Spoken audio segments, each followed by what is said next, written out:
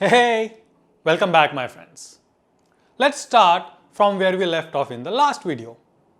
We looked at a few different cells under the microscope like the peel of an onion, the blood cells, the cheek cells and even some cells of the yeast microorganism. Now among these, what do you observe? You probably see that these cells look kind of different from each other. They have different shapes, different sizes, and even the number of cells that make up that organism. Now, in this video, let's start with the differences in shapes, and the other two we will cover in the next one. Well, very briefly, the shapes and to some extent the size of the cells have evolved over millions of years to make them well suited for carrying out a very specific function for survival. Now, what do I mean by that? Well, let's take a look at few examples to understand. Let's start with the blood cells. Now, we all know the main function of the blood is to carry oxygen to all parts of the body, right? Now, from that, can you think of some properties that blood should have? Well, first, it should be able to flow, right? Like a liquid. If it is all packed together and forms a solid, say like your skin, will it be able to flow? No, it will not. So that's one. Now, what else? Well, when flowing through our body, the blood actually passes through these different blood vessels of different sizes. Some are small, some are big.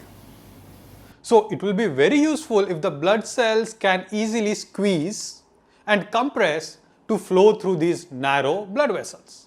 Now, if you look at the blood cell, these are small, spherical with this dent in the middle.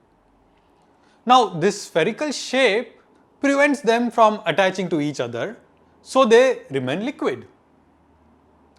And this is very well suited for them to easily travel through the body without obstructions.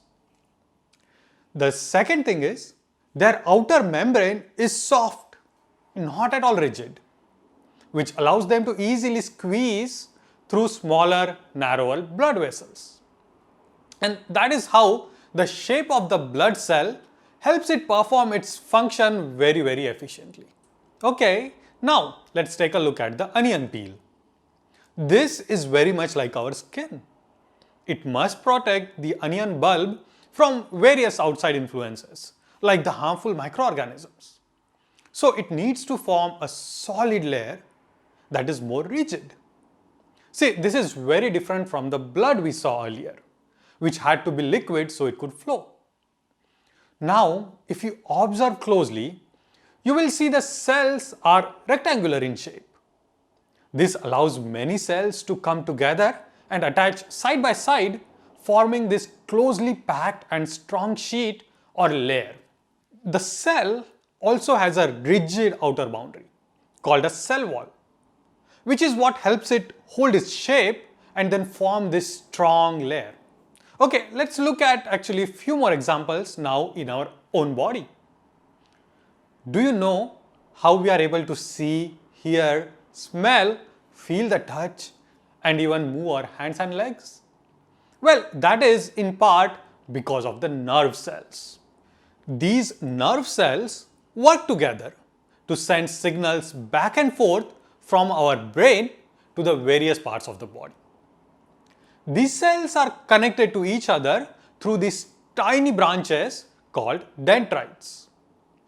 And these dendrites take input from other nerve cells, which then travels along this axon and finally connects to dendrites of the other cells, thus passing the signal along all the way to the brain. For example, when you put your hand on something hot, the signal that, ooh, it is super hot is passed through many of these nerve cells all the way to the brain, and the brain sends signal back to your muscles to pull your hand back from the surface. Now, to perform this function efficiently, the nerve cells are generally much longer than other cells. And they have a lot of these branches that help them connect with many other nerve cells. And this helps them transfer these messages between each other very efficiently. Super interesting, right? Finally, let's take a look at the cells that make up our muscles. Well, when we think of muscles, we think of the ones that give us strength and help in moving or lifting things. But you should remember, muscles are actually being used all the time. For example, to help us hold our posture and to help us even breathe. Do you know our hearts also consist mostly of muscles called cardiac muscles, and these muscles are the ones that help us pump the blood throughout our body. Now if you think, what do these muscles have in common? What qualities should they have? Well, the one quality that is very key for the muscles to function is their ability to contract and expand, just like an elastic. So for example, when the heart beats, it contracts and expands continuously. That help pumps the blood. Also, if you look at the muscles in your bicep, it does the same thing. When you move your hand at the elbow, the muscles expand and contract continuously. So if you look at muscle cells, they are thick and elongated and often shaped like a spindle. And these generally form a bundle that then work together to expand and contract and thus cause movement. Right? Now you see, not just muscle, but how all of these different cells have evolved different qualities like their shape that help them perform a very specific function. But just like the shape, there are other differences among the cells too, and we will explore some of those in the next video.